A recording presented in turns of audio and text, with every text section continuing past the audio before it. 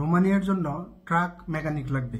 ট্রাকের engine, gearbox এসবের কাজ জানেন এমন কেউ যদি মালয়েশিয়া, কাতার, কুয়েত থেকে রোমানিয়া যেতে চান তাহলে যোগাযোগ করবেন। আপনি যে কাজ জানেন সেটা প্রমাণের জন্য আপনি কাজ করতেছেন এই অবস্থায় অন্য একজন আপনার 1 মিনিট 2 মিনিটের ভিডিও ধারণ করবে, সেই ভিডিও আপনি আমাদের কাছে পাঠাবেন। কোম্পানি যদি আপনার ভিডিও দেখে আপনাকে পছন্দ করে, আপনার কাজ দেখে পছন্দ করে, পরবর্তীতে আমরা অনলাইন ইন্টারভিউর ব্যবস্থা করব। আর এখানে অ্যাপ্লাই করার জন্য অবশ্যই আপনার কাজ জানা থাকতে হবে। আর এটার যাওয়ার খরচ তুলনামূলক অনেক কম এবং বেতন হবে আপনার অভিজ্ঞতা অনুযায়ী। কোম্পানির সাথে আপনি সরাসরি এটা নিয়ে বার্গেনিং করতে পারবেন, আলোচনার সাপেক্ষে তারপর আপনার বেতন নির্ধারণ করা হবে।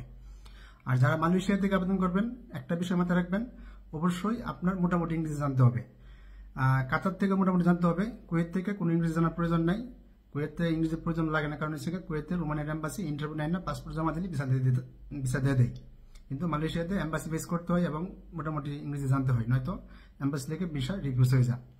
যে কারণে মালয়েশিয়া থেকে যারা আবেদন করবেন অবশ্যই মোটামুটি ইংরেজি জানেন, আপনার একটু দক্ষতা আছে, ইংরেজি কমপক্ষে বুঝেন, এরকম দক্ষতা যাদের আছে তারা আমাদের সাথে যোগাযোগ করবেন। আর যারা মালয়েশিয়াতে নতুন কলিং ভিসা আসছেন, এখনো 3 বছর পূর্ণ হয় নাই, এমন কেউ যোগাযোগ করবেন না। কারণ হচ্ছে গিয়ে কলিং ভিসা যারা আসছে যদি 2-3 বছর পূর্ণ না হয় তাদেরকে রোমানিয়ার এম্বাসি, কুয়ালালামপুর এম্বাসি ভিসা দেয় না।